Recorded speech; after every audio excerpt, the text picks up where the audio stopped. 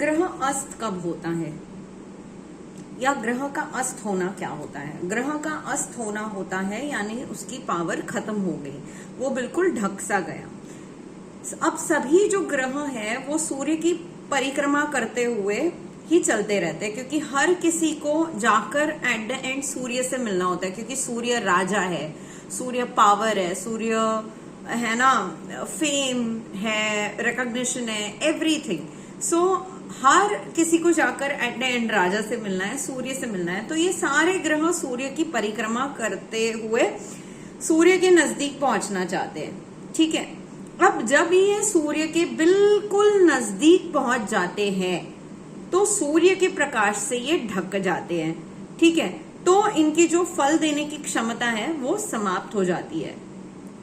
और यदि ग्रह सूर्य से युति करते हुए निम्न अंशों के कम अंतर, निम्न अंश जितने डिग्री है, एक स्पेसिफाइड डिग्री मेंशन है, उससे कम डिग्री के अंतर पर आते हैं तो ग्रह अस्त हो जाते हैं।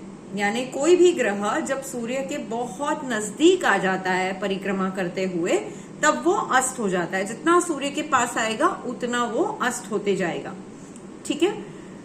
अब चंद्र जो है सूर्य से 12 डिग्री या तो आगे या पीछे, 12 डिग्री से कम अंतर है या 12 डिग्री पर है, सूर्य से आगे वाले घर मतलब आगे जा रहा है या पीछे जा रहा है, 12 डिग्री के अंतर में है, ठीक है, तो वो अस्त हो जाएगा।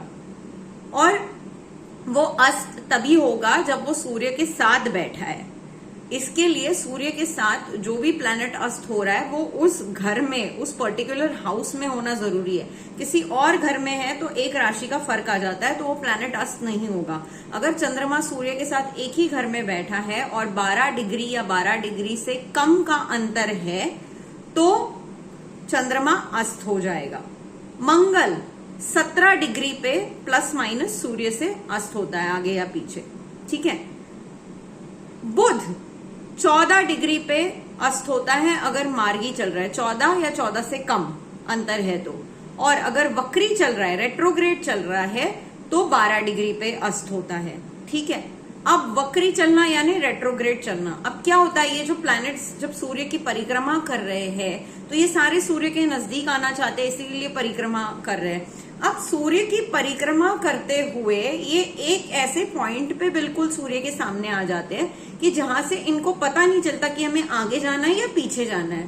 तो इन्हें ऐसा लगता है कि शायद पीछे से चल लेंगे तो सूर्य के ज्यादा नजदीक पहुंच जाएंगे, तो ये उल्टा चलने लगते हैं। तो जब प्लैनेट उल्टा चलने लगता है यानी वो वक्री चल रहा है, रेट्रोग्रेड चल रहा है, तब प्लैनेट्स ज्यादा बेटर रिजल्ट नहीं देते।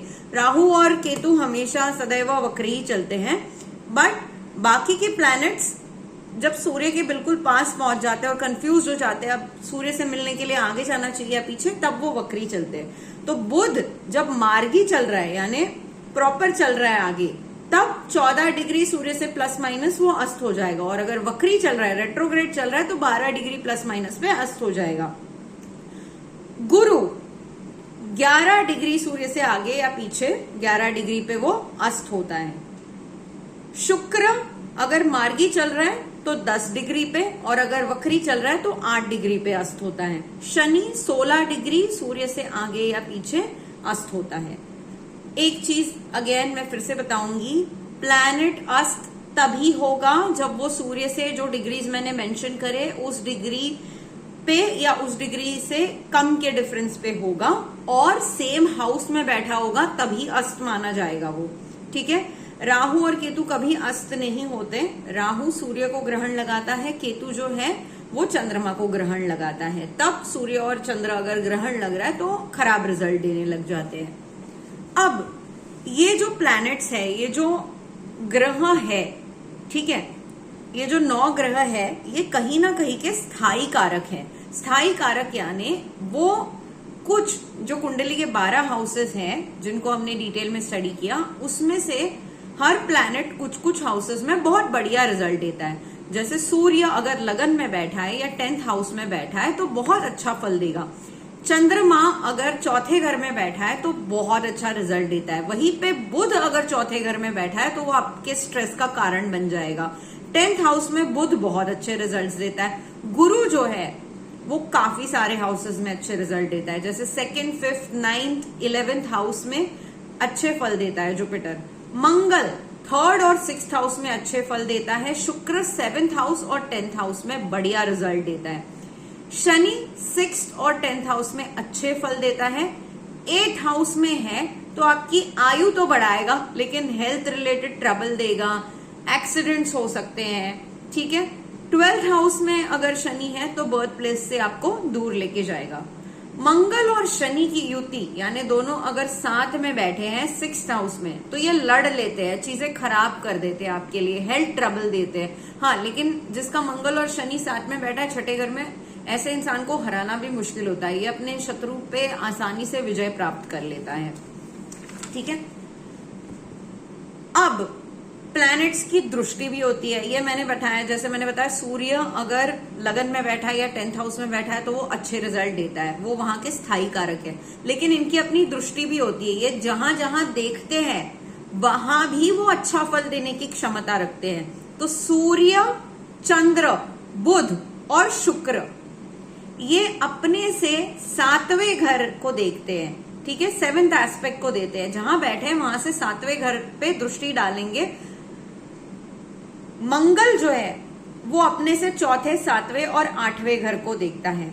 गुरु, राहु और केतु ये तीनों जो प्लैनेट्स हैं वो 5वें, 7वें और 9वें घर को देखते हैं। और शनि अपने से 3रे घर, 7वें घर और 10वें घर को देखता है, ठीक है।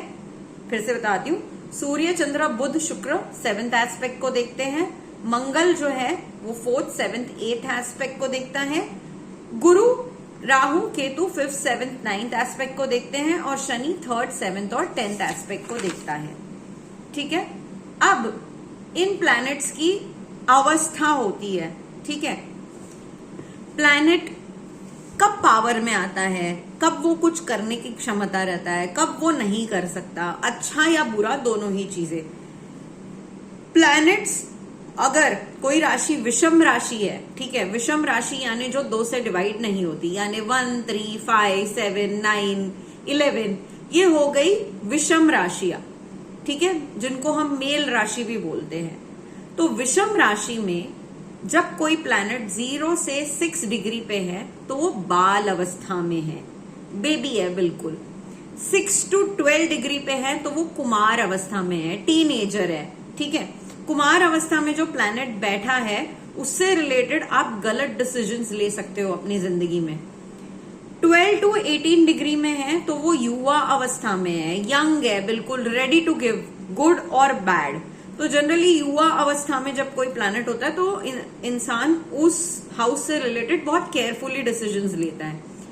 18 to 24 डिग्री जब प्लैनेट होता है तो वो बूढ़ा होता है, वृद्ध अवस्था जिसको हम बोलते हैं कि प्लैनेट अब बूढ़ा हो गया है। लेकिन इसका नहीं कि उसकी उसमें बिल्कुल ताकत नहीं है। अब या तो ये हो सकता है कि बिल्कुल हाँ भाई बूढ़ा लंगड़ा बैठा हुआ है, वो कुछ ही नहीं कर सकता, या तो ऐसा है कि बिल्कुल वो अपने डेथ बेड पे है लेकिन वहां से वो एक फोन घुमाएगा और वो आपको मारने की ताकत रखता है या आपकी जिंदगी संवारने की ताकत रखता है, दोनों चीजें हो सकती है। 24 to 30 डिग्री में बिल्कुल मृत अवस्था, ठीक है, मतलब बिल्कुल अब खत्म, नो पावर।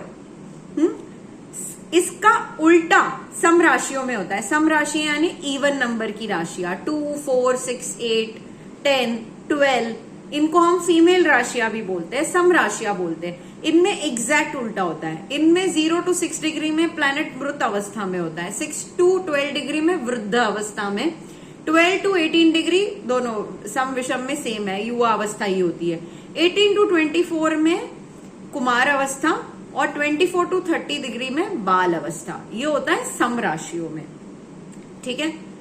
वीडियो अगर आपको अच्छा लगा हो तो वीडियो को लाइक करिए, फॉलो करिए मुझे और वीडियो ज्यादातर लोगों के साथ शेयर करिए और मेरा यूट्यूब का चैनल भी सब्सक्राइब करना मत भूलिएगा। Take care, God bless you all.